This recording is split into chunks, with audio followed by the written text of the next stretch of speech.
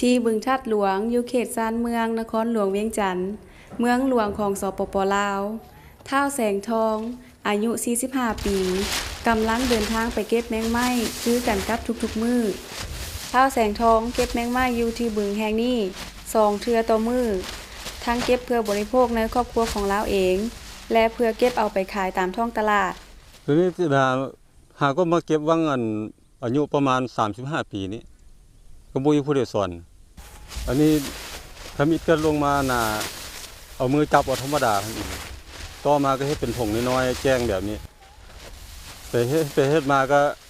ว่ามันยังบ่ได้หลายพอก็มาเฮ็ดผงใหญ่ๆจังซี่แจ้งหรือว่ากลางคืนเฮาก็ไต่ไฟลงมาเก็บเอาก็ได้ตั้งเฮ็ดมันเป็นอาชีพของมันเนาะคันบ่ลงมาเฮ็ดนี่ก็จักสิไปเฮ็ดหยังบ่มีแนวไปหาและประมาณ3 ชั่วโมงภายหลังท้าวแสงทองเก็บแมงไม้อยู่บึงแล้วลาวก็กลับเมืองเฮือนซึ่งในนั้นนางดวนเมียของลาวก็กะเกี่ยมเพื่อปรุงแต่งแมงไม้ไปขายในตลาดท้องถิ่นนั้นหม้อเพิ่นสิขึ้นมาแล้วแม่ก็ข้างหม้อไว้ท่านั่งไฟข้างหม้อลวกตักเตียนลวกแล้วก็เอามาฮอนมาล้างมาใจแล้วก็มาขั่วแล้วก็ตอนแรงบ่าย3 โมง 3-4 โมงแรงแล้วก็ไปตลาดขายก็ได้ประมาณมื้อละ100,000ไป200,000นี่แหละเข้ามาย่ามได้ละลายไปใส่ไปจ่ายหยังก็ได้เงินเป็นหัวละเจียงเตียนใหญ่เด้อการเก็บและการคิดแมงไม้แม้นได้มีมาหลายพันปีแล้วซึ่งได้นำใช้เทคนิควิธีการเก็บแบบพิเศษเฉพาะตามแต่ละชนิดพันธุ์ของแมงไม้ที่มีในปัจจุบันแม้นมีแมงไม้ประมาณ 1,700 ชนิดที่สามารถกินได้ในทั่วโลกนี้แต่ว่าผลประโยชน์ที่ได้รับจากการบริโภคนั้นหาก็เป็นที่รับรู้กันInsect can provide the good source of the protein, fats, carbohydrates, vitamins or other minerals, for example, the calcium, for example. So this is an essential part for the human nutrition. ในสปป.ลาว 40% ของเด็กน้อยอายุต่ำกว่า 5 ปีแม่นขาดสารอาหารซ้ำเหือ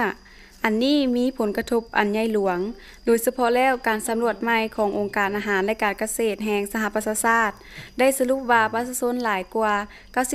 95% ได้บริโภคแมงไม้ในรูปการใดรูปการหนึ่ง If we can tell that this is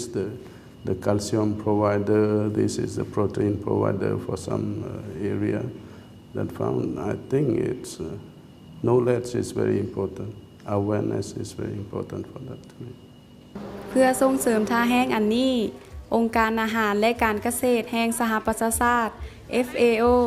ได้ริเริ่มโครงการใหม่เพื่อสุขยู่การเลี้ยงและการเก็บแมงไม้เพื่อส่งเสริมด้านโภชนาการอย่างยืนยง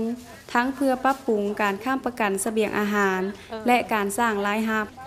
อยู่ที่เฮือนของนางวันคำในเขตชานเมืองของนครหลวงเวียงจันทน์นางวันคำเป็นหนึ่งในผู้เข้าร่วมโครงการลาวเริ่มต้นเลี้ยงจิรอเมื่อ5 ปีก่อนและเข้าใจได้ว่าเวียกอันนี้เฮ็ดได้ง่ายและได้เงินงามเป็นต้นมาแล้วก็เลี้ยงทำอิฐก็บ่ได้เลี้ยงหลายแล้วเนาะทดลอง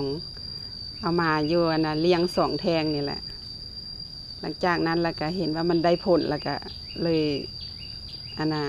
ลูกชายหันลงทุนให้หลังจากนั้นแล้วก็เลี้ยงต่อมาก็เลยว่าได้ผลดีนะก็เลยเลี้ยงตื่มจนหอน56 แทงหลังจากนั้นแล้วก็มันเลี้ยงสืบต่อมาเลยก็ถือว่าขายหันกาได้เฉลี่ยเดือนนึงได้ประมาณล้านกีบในปัจจุบันประเทศลาวได้รับการสนับสนุนจากโครงการขององค์การ FAO เพื่อเฮ็ดการทดลองและสร้างความสำเร็จในการเลี้ยงแมงตักแตนและสำหรับนางวันคำแล้วลาวเชื่อมั่นว่ามันบ่มีปัญหาหยังเพราะลาวได้รู้วิธีการในการเลี้ยงแมงจิรอแล้วก็เวลาเฮาเก็บบัดนี้เวลาเฮาเก็บนี่ก็ฮอดกำหนดยังค่อยเก็บ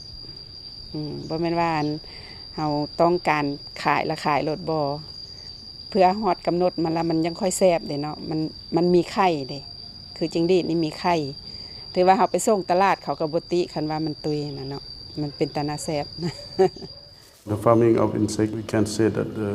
a bright future and very economically is very important. If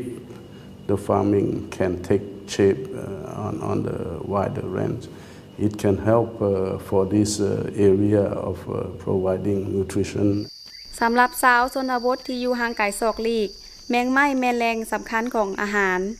เช่นเดียวกันกับคนทั่วไปที่อยู่ในตัวเมืองก็นิยมบริโภคแมงไม้เช่นเดียวกันอยู่ในห้านอาหารต่างๆในนครหลวงเวียงจันทน์การบริโภคแมงไม้พร้อมเป็นที่นิยมสำหรับหมดทุกคนในสังคมลาวอันนี้เป็นอาหารแบบธรรมชาติของบ้านเฮานี้จังซั่นทุกคนอยู่บ้านเฮานี้ถือว่าลดนิยมของบุคคลอยู่ในประเทศลาวนี่มักอาหารประเภทนี้ถือว่าอาหารประเภทนี้แม่นปลอดสารพิษเนาะแต่ว่าอาหารแบบธรรมชาติเนาะเพราะรสชาติมันถ้าเฮากินแมงไม้คือกับกินซีนนะเพราะมันแซ่บคือกับซีนนะคือดังที่ได้รับรู้ผ่านมาถึงผลประโยชน์ของแมงไม้ต่อกับสุขภาพแมงไม้ยังมีบทบาทอันใหญ่หลวงในการลดพรอัตราการขาดสารอาหารรุนแรงไปพร้อมกันนั้นแมงไม้ก็ยังช่วยปรับปรุงเวียกงานค้ำประกันเสบียงอาหารและเฮ็ดให้ประชาชนมีทางเลือกในการบริโภคหลายขึ้นกว่าเก่า